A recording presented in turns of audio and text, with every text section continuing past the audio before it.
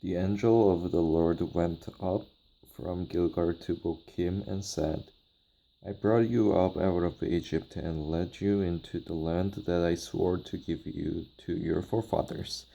I said, I will never break my covenant with you, and you shall not make a covenant with the people of this land, but you shall break down their altars. Yet you have disobeyed me. Why have you done this? Now therefore I tell you that I will not drive them out before you. They will be thorns in your sides, and their gods will be a snare to you. When the angel of the Lord had spoken these things to all the Israelites, the people wept aloud, and they called that the place Bochim. There they offered sacrifices to the Lord. After Joshua had dismissed the Israelites, they went to take possession of the land, each to his own inheritance. The people served the Lord throughout the lifetime of Joshua and of the elders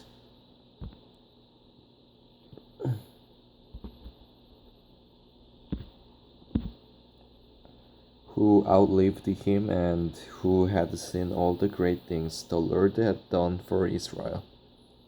Joshua son of Nun, the servant of the Lord, died at the age of 110, and they buried him in the land of his inheritance at Timnath-Heres, in the hill country of Ephraim, north of Mount Gaash.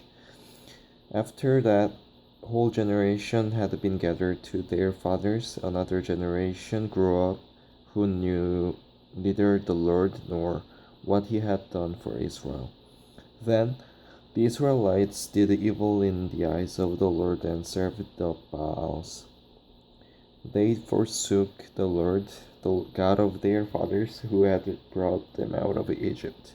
They followed and worshipped various gods of the peoples around them. They provoked the Lord to anger,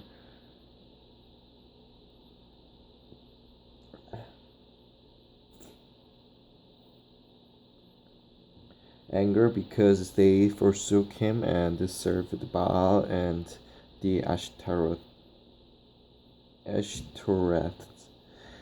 In his anger against Israel, the Lord handed them over to raiders who plundered them. He sold them to their enemies all around, whom they were no longer able to resist. Whenever Israel went out to fight, the hand of the Lord was against them to defeat them, just as he had sworn to them. They were in great distress. Then the Lord raised up judges who saved them out of the hands of these raiders. Yet they would not listen to their judges, but prostituted themselves to other gods and worshipped them. Unlike their fathers, they quickly turned from the way in which their fathers had walked, the way of obedience to the Lord's commands. Whenever the Lord raised up a judge for them, he was with the judge and saved them out of the hands of their enemies as long as the judge lived. For the Lord had compassion on them as they groaned under those who oppressed and afflicted them. But when the judge died, the people returned to ways even more corrupt than those of their fathers, following other gods and serving and worshipping them. They refused to give up their evil practices and to stubborn ways.